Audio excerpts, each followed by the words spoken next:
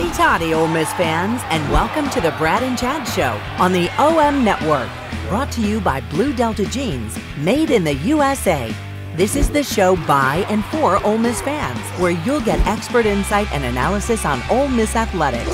And now, here are your hosts, former Rebels Chad Flowers and retired NFL star Bradley Sowell. Podcast time.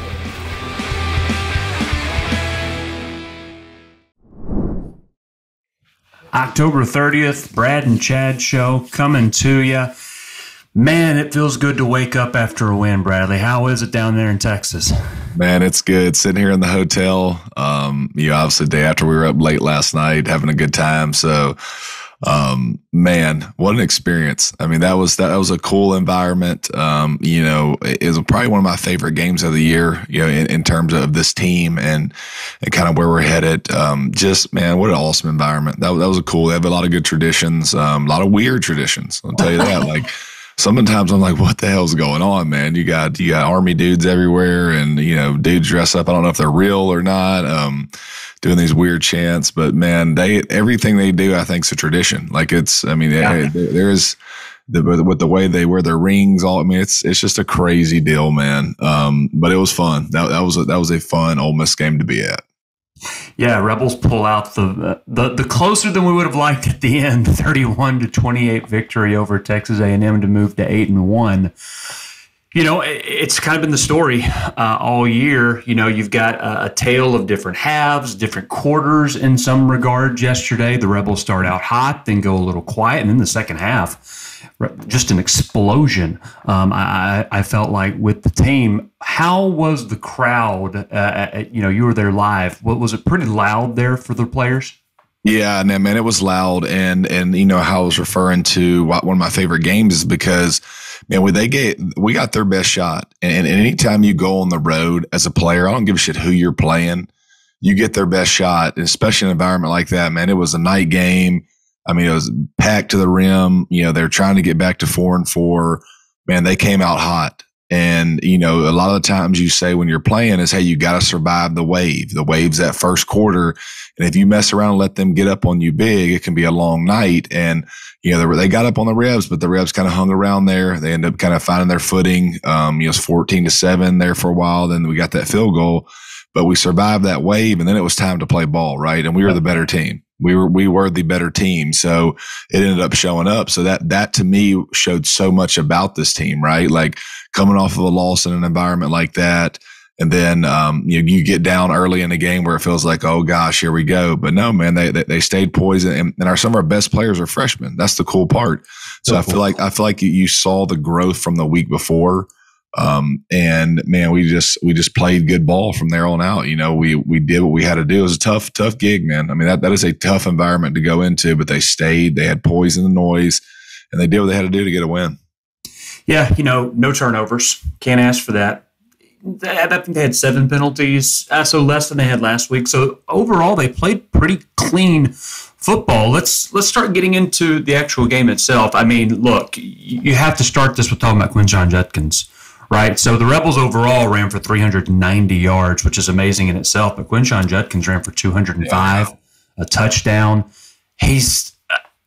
I know we brag on him every show. Hell, Lane brags on him in every press conference. He's something we haven't seen ever, if not for a very, very long time in Oxford. Yeah, he's tough to tackle. That's the most rushing yards A&M's given up since 2003 in a game. Oh wow, okay. Yeah, so they were obviously, I don't think they were planning on it going like that, but man, what's cool about him, man, he just won't go down, and he just gets these extra yards that turn into big runs. And, a lot of some of that, hats off to the O-line too, man. I mean, this rushing attack, we're doing this versus a legit D-line. Yes. Okay. A&M, those dudes, I was on the field most of the game, right there. I mean, they are a good looking team. A&M is huge. I mean, they have some legit NFL guys, man, and we were smacking them, man. And just kept busting glass, kept pounding the ball until they would give in. And, Jackson Dart he also had a performance like, I feel like, Corral at Tennessee last year, right? Like, he was so dangerous with his legs that, that they had to respect it. They had to stay in the box, and that opened up a few throws as well. Yeah, he kept making good decisions, which he seems to be getting better. But I didn't see one of those, oh my God throws like he's had the past couple of weeks. So Jackson Dart continues to grow, which is anything you can ask for a young player like that. But back to Judkins real quick. There's still 3 games left in the season. He already has the most yards as a freshman in Ole Miss history. He's got over 1,000. And he now has the 5th best rushing season in program history, right? In rushing yards and touchdowns. It's incredible what he's done so far. Yeah, I'm going to venture to say I don't know what the most all-time rushing yards is at Ole Miss, but I'm venture to say he's going to get real close.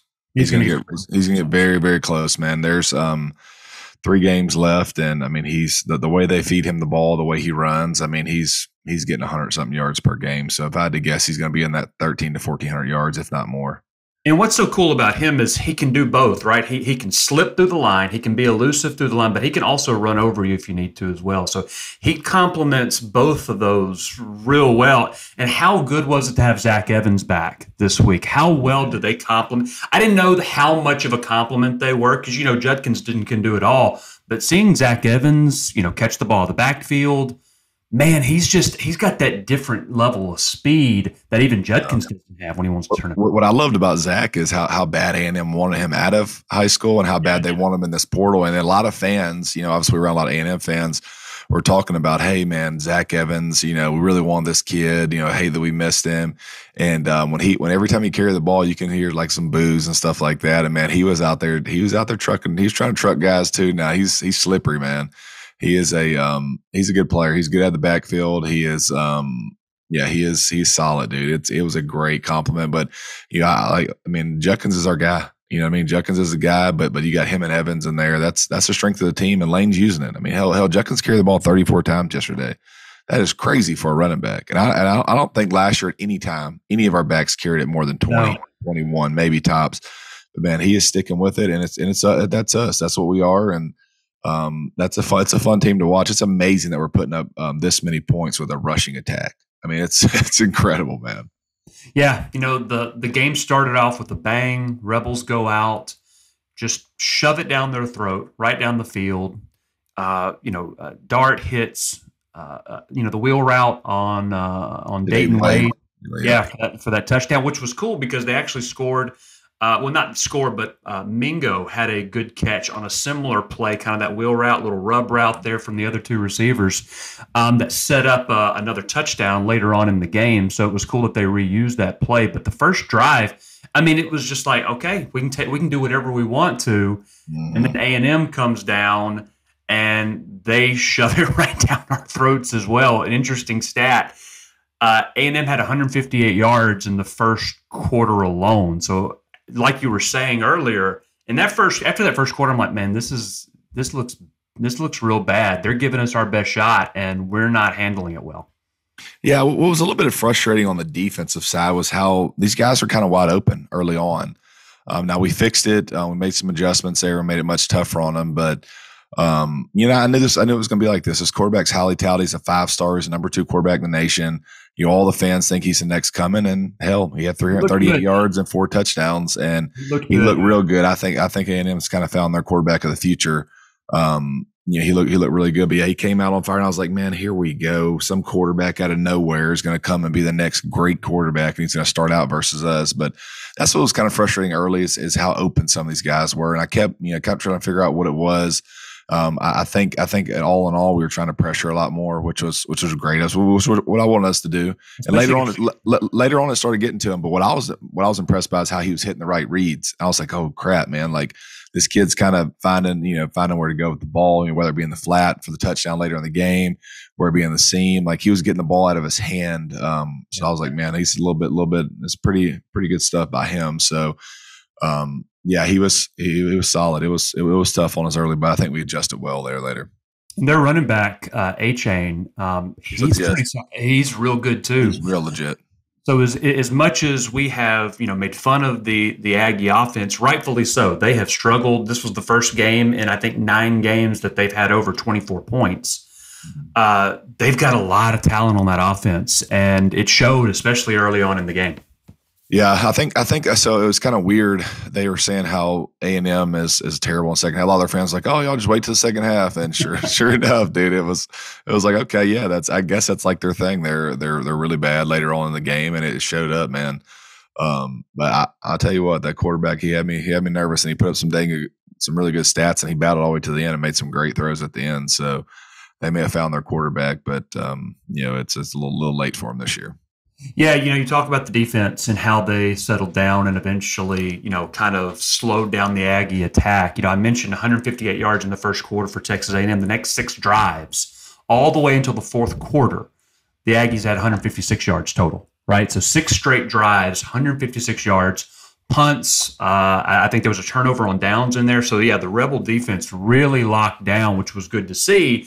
Because, that has been the concern with the team in terms of a weak link, right? Can the defense quit breaking and maybe bend a little bit more? And we saw that. So kudos to Coach Patridge for adjusting after that first quarter and really locking down and keeping the Rebels in the game.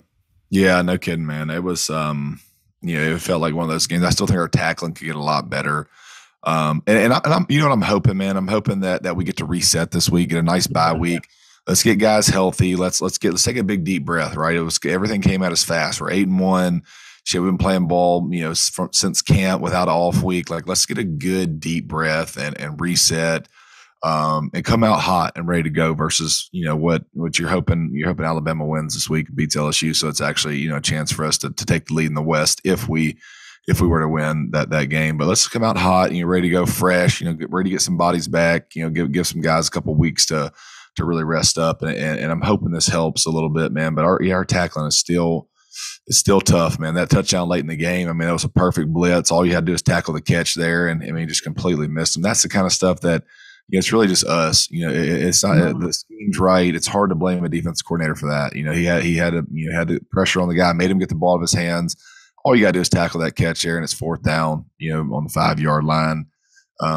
But, you miss it, and it turns out to be a touchdown, and, now you're in a battle there late in the game. For sure. Brad and Chad Show brought to you by Blue Delta Jeans. Remember, Blue Delta Jeans, handmade in the USA to fit you and only you. You can visit them at bluedeltajeans.com and find your fit using their easy-to-use virtual tailor. Coming out of the half, so the Rebels, they did kick a field goal right before half. Jonathan Cruz, man, it feels good knowing that. Just a quick thought about him. It feels so good knowing that. I don't like to use the word automatic to jinx him, but man, you always feel comfortable when he comes in knowing that, okay, we more than likely have 3 points locked up here. But yeah, go ahead. No, I was going to say Cruz is going to make he's going to make a run at the NFL. He's accurate. For sure. He's accurate. He's an accurate kicker. He's silently a very good player for us. I think he'll have a chance in the NFL at some point. Now, the second half, the Rebels did what they needed to do. They come out, first 2 drives, 94, 85 yards, and put 2 scores on the board and immediately start thinking, okay, I think we have righted the ship. We figured things out. We are moving. Because the A&M defense, I think Jimbo said in his press conference, they started with a 3 down, and then they switched to 4. In that second quarter, it kind of slowed us down a little bit, but it looked like we unlocked that and figured it out in the second half. Third quarter, we really started hitting on all cylinders in the running game. Yeah, I'll tell you one thing so what's cool about our offense is, okay, you sit in 3 down, we're going to pound you. Mm-hmm. You sit in 4 down, you run the risk of giving up a deep ball or 2, which Mingo should have caught that one earlier as well. Yep. That hit him in the arms, and we got enough speed to take the top off. So it's really a tough gig for us. And I will say this. They didn't plan on Dart running like that. No, I mean, they never had a guy for him. He silently won us that game with getting us extra possessions. It was almost like Corral in Tennessee type performance to me. I mean, I know he didn't have as many yards. He had almost 195, somewhere around 95. But some of the plays he was making with his legs were so big, man. There was a 3rd down or 2 in there where it was like 3rd and 11. He made the play. That kind of stuff, extending those drives was. Yeah, it was huge, man. That's really demoralizing too for not only a defense but for the fans, right? You're thinking, okay, we're about to get off the field, we're about to get the ball back, but here we go. Oh, he scrambles and makes another run. What's going? Yeah, there's nothing more frustrating as a defense watching that and thinking, man, we can't get off the field. So yeah, Jackson Dart was incredible yesterday again, making the throws he had to, but then again with his legs, which continues to be a nice surprise going through this season. Yeah, he is. He's growing, man. He's safe with the ball on the road, right? Like he had 140 yards passing with 3 touchdowns. Like, but he ran the ball, made so many plays. So it's just like, dude, he's not. I don't think he's a huge stats guy early on in this age, but man, he seems like he's doing the right things, and that's what you want to see. You go on the road and you're decent on third down like we were, and you don't turn the ball over. I don't give a shit who we're playing. It's. You're going to win, or you're going to have a chance to win, and that's all you can ask for from him. He did no turnovers on the team at all. That's just a good ball. That's just great ball. The outlook on his future is brighter than any quarterback that I've seen in a long time at Ole Miss. He can be one of the greats if he stays, obviously, and continues to grow like he has been. It's been impressive to see how he's gone from the first game against Troy all the way up until now. You're still going to get some inconsistencies. He's still young, right? So you're still going to have those throws every now and then, like, okay, what are you doing, Jackson? But man, when he gets his feet set and he doesn't try to, make that errant throw, he's really special. Yeah, it definitely a performance that showed a lot of growth. I mean, he kind of put that team on his back multiple times yesterday with Judkins, and made the throws when he had to. Just a big day all around for him. I'm loving his. The only thing that I think of every time I watch him play, or this team in general, I say, "Holy crap! This is the worst this team's ever going to be if they stay together." Think about that. They've got all these damn freshmen. This is the worst this team's ever going to be. Are you kidding me? We're 8-1. I know. And this group stays together, man. I'm telling you. All I keep seeing is excitement over the next 2 years. Like what we're doing right now is a bonus. I hope people understand that. Yes, what Ole Miss is doing right now is a bonus. Nobody in their right mind thought we were going to replace that whole offense. Your 2 starting running backs, your best receiver, your quarterback, and come in here and be better this year. Be a better team. This is the worst this team's going to be. This is all gravy. This is all gravy. This is all gravy from here. And this group's going to be together next year. You're going to have Judkins. You're going to have Dart. You're going to have probably a few more players they add. Dude, I'm telling you, this shit is going to be crazy in the next 2 years. And people want to play for Lane, right? He's the brand. I think we've talked about this before. He's the brand. People want to play for Lane. I don't know if you saw it, but he was jawing with players, Aggie players on the sidelines yesterday. Was it frustrating seeing? Because this was actually talked about in Lane's press conference last night. Is this a Durkin thing where players go down with their ailments of what have you, and then they're back in within a few plays? Man, that was hilarious. That they definitely play on that. A&M did. I mean, that was insane how many injuries that was yesterday. Yeah. We had the rule. I was sitting there thinking about this when I was standing there yesterday. How do you limit that? Like, how do you take care of the injury thing? Like, the only way I can think of is like they have to sell a whole series or something like that. I don't know. I was thinking it. I mean, it was absurd, man. And Ole Miss did it a couple of times too, where I guess that 2 guys got mixed up and got the wrong memo, and they both went down, and one looks at the other one and is like, oh, "Okay, you got it on this one." And he just pops right up. I mean, they did that 20 plus times last night. The guys on the field. Which is fine. Okay, it's part of the game. It slows the game down. Both sides do it, but I don't know how they combat that. It's hilarious, man. It's like a glitch in the game that they don't have a solution for, because it's an injury, right? You can't not take it serious, right? So, right, they're gonna have to start doing something, man. They maybe have to make the guys sit out for 2 series or something like that, so that way you're worried about who you actually put in there. But then they probably just stick in a random guy they don't care about, and they make him go down. So right. I don't know. Yeah, it was Durkin. I guess it was Durkin doing all the crap. But yeah, he took a Quinton Judkins sandwich to the dome last night. So take that, Durkin. Yeah, because I mentioned Lane talking to one of the players. I think he told one of the defensive backs, "Hey, why don't you lay down and fake your injury?" You see, there's a clip circulating on the internet where he talks to a defensive back and tells him to check that out. It was really funny. We'll talk more about Lane. Yeah, why is Lane going at Jim? Like I don't. It's hilarious. It's almost like Lane got Saban's back, and they're just like piling on Jimbo for some reason. That's gonna end up being a little rivalry between those two. I mean, he's all over Jimbo.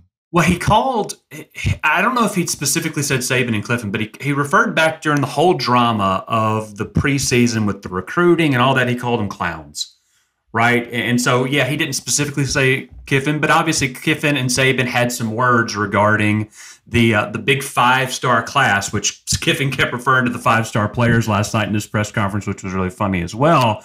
And then, yeah, if you didn't see it, he's doing the post-game interview on the field.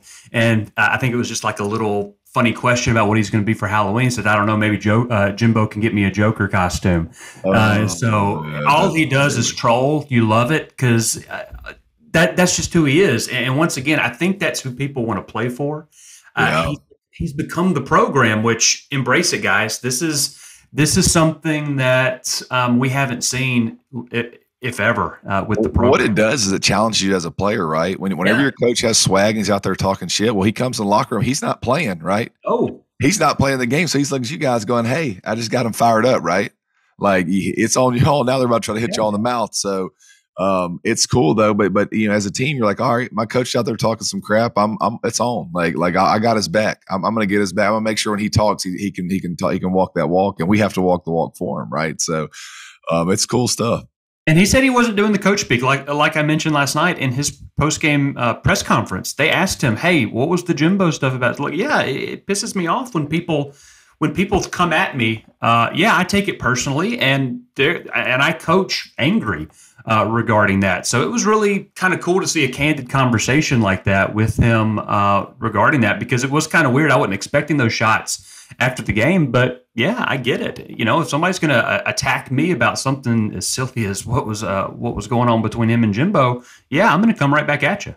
Yeah, that's cool stuff, man. Hey, Lane's a trip now. I was over there on the sideline, just kind of watching his antics and stuff, man. He is funny, dude. He's a funny coach to watch. Being on the sideline yesterday, obviously there are situations where Kiffin, can chew out a player or what have you. How do players respond to him? Do they seem like they respond well? Do they tune him out? What is that? Yeah, no, this team, man, when you're winning like this, and our team wasn't really doing a whole lot to get chewed out, But yeah, when you're this type of team, man, you just take the coaching. I mean, he's not, Lane ain't gonna chew you out if you're doing something wrong, good. So I mean, it's got to be bad. So, they're all fine, dude. That team looks tight. I mean, that's a tight knit looking team. Not a whole lot of negative stuff going on that sideline. That's an 8-1 sideline, and that they look like they play together. They look pretty in tune, man. That's a man. And I'll tell you what, I'll tell you this too, just being down there. One thing that's crazy is the kind of players we have here now at Ole Miss. I'm looking down there. I'm like, man, our team did not look like this on the hoof. I mean, our O-line runs out there, big, good looking O-line, running back's huge, quarterback. I mean, Jackson Dart looks like he's a stud. The team just looks unreal up close. I'm like, man, this is a big, good looking team. Like Ole Miss is bringing guys in, and these are legit dudes, man. Our first offense goes running out there. The first couple series, I'm like, good grief, man. That's a good looking bunch. That looks like a little NFL team. I mean, that's a good looking team. They got size everywhere, and it's a cool environment down there, man. It's fun to see Ole Miss and how we're growing. And I'm gonna tell you something. Our away fans, they were damn lit. I mean, we had a ton of people there. They were rowdy. Man, once we got up 17-14, they heard Ole Miss for the rest of the night, and it was fun. It's good to see that the fans traveled, especially after last week's loss to LSU. You wondered if the fire had died down a little bit with the fan base, but it's good to see. You sent some videos of the band playing after, and we'll post those on our social media, YouTube, Facebook, all that type of stuff. We can check them out. There was a good contingency for the Rebels there. I just live for that. We just beat the hell out of you, right? Like that's my. Growing up as a kid, so that was like me and my dad and my little brother. That was like what we lived for. And listen, we always went 6 or 7 wins if we were lucky. But man, we beat Mississippi State, and that band was playing. We just beat the hell out of you. That was our thing as a kid. We couldn't wait to get to say a cuss word. Right. out that loud. Was your permission to cuss. Yeah. That and saying hotty toddy, that and doing the hotty toddy chant, that was your permission to cuss in our household. Yeah, when you do those, then yeah, you're fine. Other than that, no, we ain't gonna have that in this house. Yeah, so I live for that, man. There's nothing funner than being inside of a stadium like A&M. Huge tradition, 105 people pouring out of there. You got Ole Miss jam packed, the band's blaring. And we're just all the fans are loud. You earn that, like, right? The Ole Miss team earned that right to hear that, and it's like that's one of my favorite things. That shit gets me. It almost gets me teared up every time in the stadium when that happens, dude. It is a fun deal when a school like Ole Miss goes and pounds a big budget school like A&M. Doing their sad little whoop cheers with their little gun. Oh, dude, I mean, what the hell is going on? I don't even understand it. Like, I'm looking around and I'm like, then they don't talk crap. No. Can we just talk? I mean, like, nobody said one foul word. I mean, because we went to Tennessee last year, right? And that was like fighting hillbillies everywhere, all for the stick. I mean, they were all, you had anything from a wealthy old man of a Tennessee to some guy in overalls trying to hit you with a stick. I mean, it's unbelievable. But they were the nicest. Like, it was unreal. I mean, I've never seen a fan base so nice. Like, they were just there to do their cheers, and I mean, they all, and every one of them know it, right? It's like this. Mm-hmm. I don't even know. I mean, it is. Did you get to watch their band at halftime? Their band is pretty cool. Their band's incredible. It really is. It's surgical precision when they do it. It's like everything they did for a span of some odd years. They're like, all right, that's a tradition. We're gonna do it forever. Yep. So now they just go around. It's like, yep, it.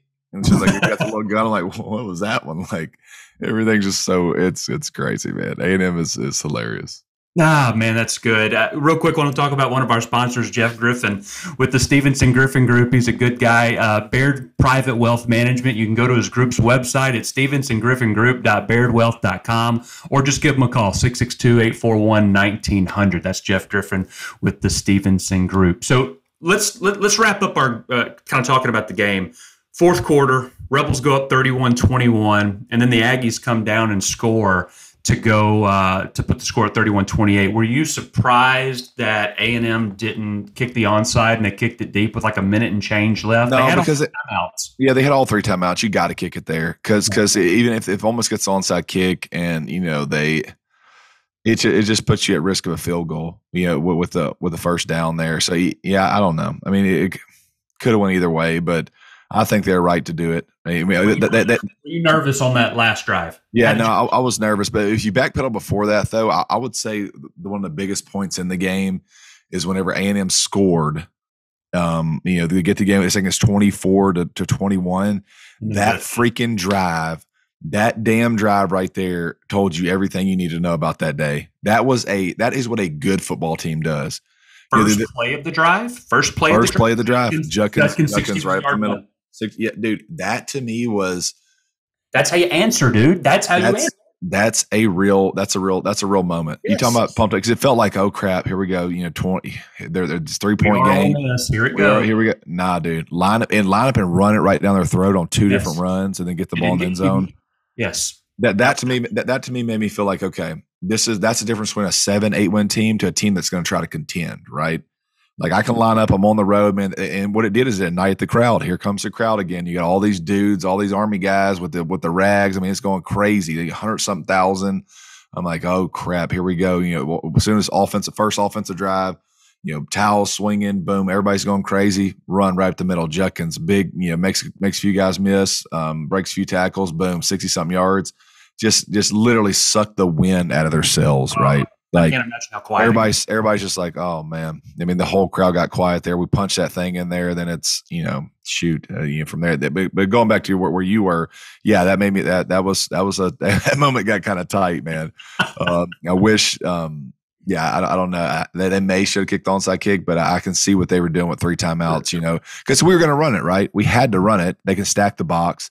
Lane wasn't going to throw there. He's going to get rid of the timeouts and assume that we could stop them and tackle them in bounds. Even if they called a pass in the middle, right? You tackle them in bounds, it runs the clock. And it worked out great. And probably one of the best plays of the game that people aren't talking about is that damn punt. I mean, that punt late in the game, there's a big difference. So it's a 3-point game, right?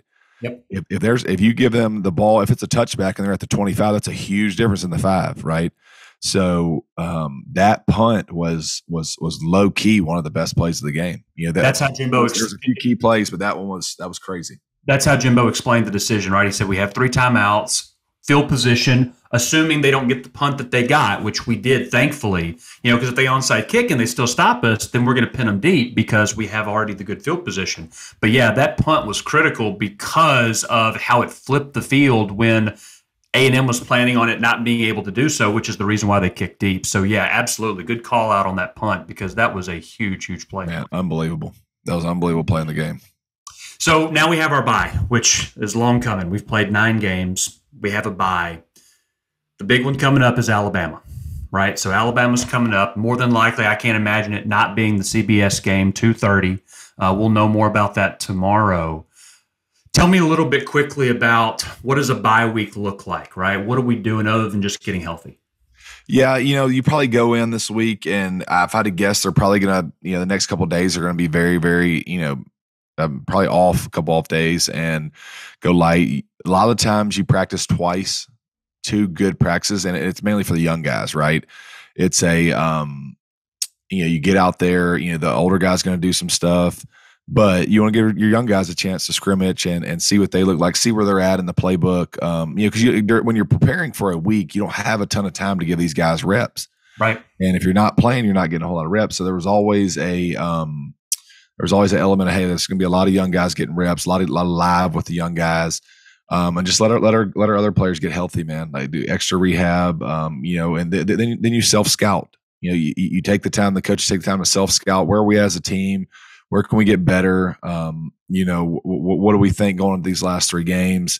Kind of see where you're at. It's a late bye. A lot of times you want to self scout mid season, but I think we kind of got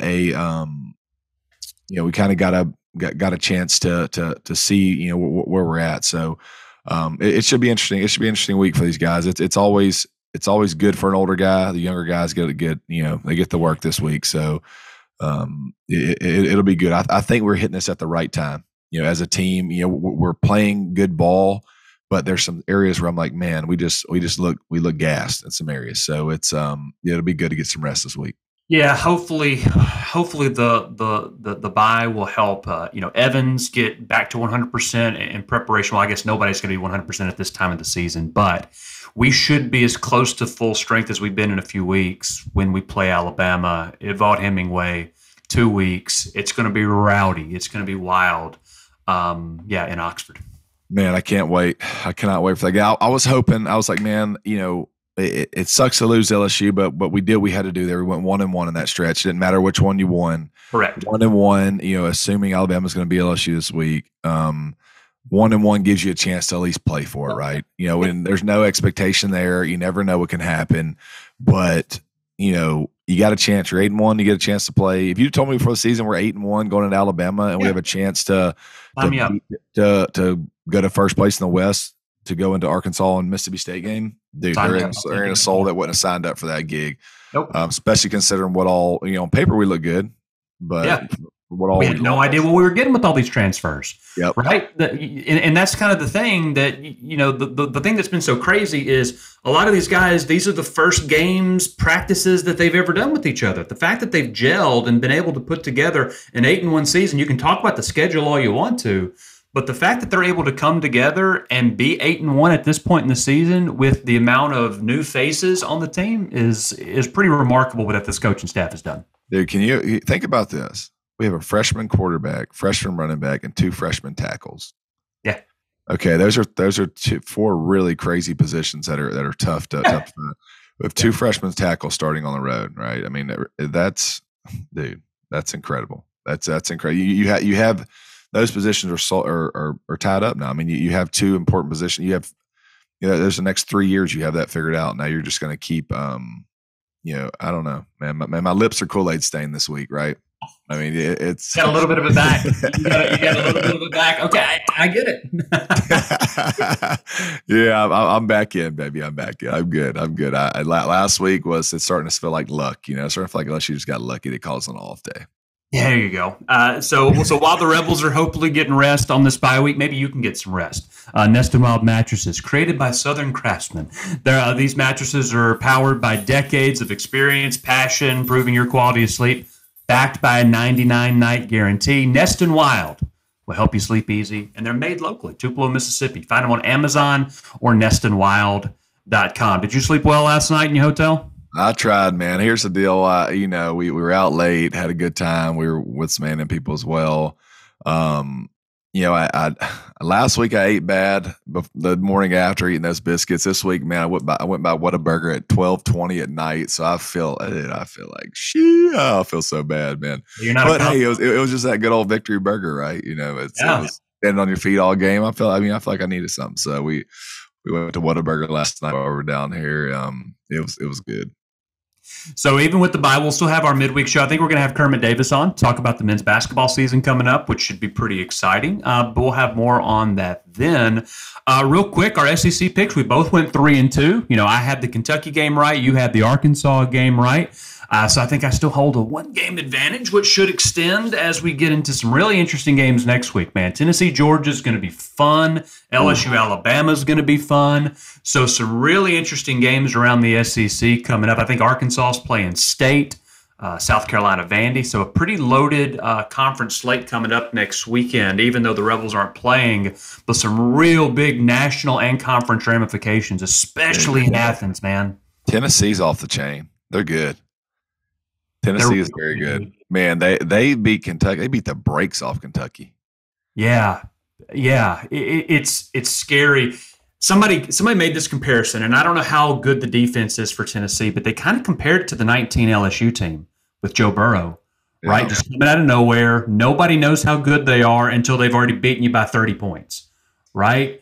It is really, really interesting to see what they're going to do in Athens next weekend. Yeah, it's a good feeling, man. 8-1 bye week. We got some good football to watch. Just sit back and watch. Stress-free weekend for the Reds. But yeah, that's going to be a solid weekend. That'll be fun. It's going to be some good games. Yeah, LSU. I mean, honestly, I hate to pull for Bama, but we have to, right? Because if LSU wins that game, they're likely going to win the West. I mean, because they control it. They control it. I mean, they have a loss to Florida State and one loss to Tennessee. But they likely beat A&M and Arkansas. That's their only other two. So they're essentially Alabama's got to play for the West 2 weekends in a row. That's pretty, or we're not technically, but just because we could drop one of the two at the end. But that puts us in the driver's seat if we could win that one. But yeah, LSU cannot win if they beat Bama. We're no matter what happens, LSU still controls it because they'll have the tiebreaker. So we have to root for Alabama, which sucks, but. I'm hoping Alabama crushes them, but it's down in LSU, man. It's going to be a tough environment for them, so I can see that one being tight. It's wild that, especially considering the dominance that Saban's had over the past few years in the SEC, we're going to be in November and still not have any idea who's coming out of the West. Hell, we don't even know who's coming out of the East at this point. But, yeah, there's a lot more really quality teams at the top of the conference. Usually it's just one or two, maybe three. This year, there's a lot more talent up top than even normal with the SEC. Yeah, it's but it's cool. That's what they want, right? You're battling here at the end. These games are going to start to count for a lot more. So they're getting championship games each week. It's going to be fun. It's closing fun. I'm hoping Ole Miss, man. Do I think we're better than Alabama? I don't, but we got them at home, just like LSU's going to have them. And we're going to be rested. I've seen crazier things happen, and this team's got the talent to do it, right? Like they have the guys to explode on Alabama win. And it's going to be fun, man. You show up to that game and lay it all out there. Man, that'd be epic. Yeah, we weren't better than them in 14. Hey, we weren't better than them in 14, right? And we weren't better than them in 15, but we still won, right? So even though on paper it looks like Alabama's the better team, which maybe they are, Ole Miss, especially coming off this bye, they are going to be as able to beat them as anybody. Yeah, could you imagine beating Alabama, beating Arkansas, and then coming down to having to beat State to go to Atlanta? And because LSU would be a 2-loss team at the time, they probably went out after that. And you have to beat Mississippi State to go to Atlanta and Oxford. Come on. My anxiety could never be higher than if that were to happen. I mean, do you think I got some Kool-Aid at Whataburger last night? I'm burping Kool-Aid right now. I mean, we beat a shitty A&M team. Yeah, I'd be drinking Everclear at that point. Just the nerves that I would be having, man. Man. But yeah, hopefully that's where we get. So we've got some good stuff ahead, some exciting times ahead, Rebel fans. It should be a really fun last month of the season. So yeah. It's awesome. It's been good stuff, man. That's just, that's what I wanted, right? I mean, you don't want to go 0-2 there. Then the Alabama game really means very little. That's what you want. You wanted to set the stage for a shot at it. Give us a chance. Give us a chance to take the lead in the West.